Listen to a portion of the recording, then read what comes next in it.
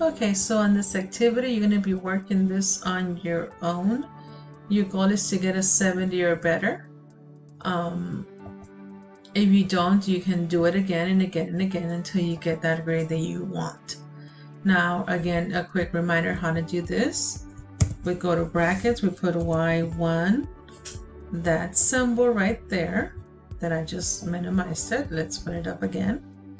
That symbol which is greater than or equal to 2 divided by 3, x1 minus 5.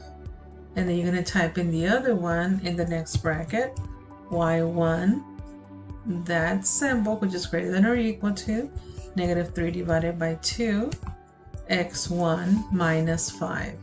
On this one, you're going to type in x1 and you're going to type in equals y1 equals. So you're going to type in this one is 0, 0 a solution. So I'm just going to put here 0, 0.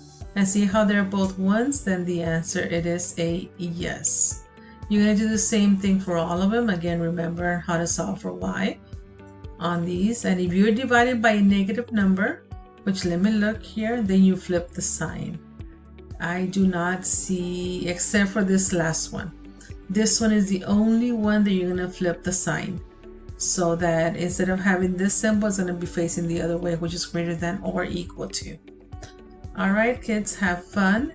Ask each other questions. Do not ask the teacher for help. This is called independent study. And if you have trouble, go back to the previous videos. That way they can help you guys out on how to do these kinds of problems.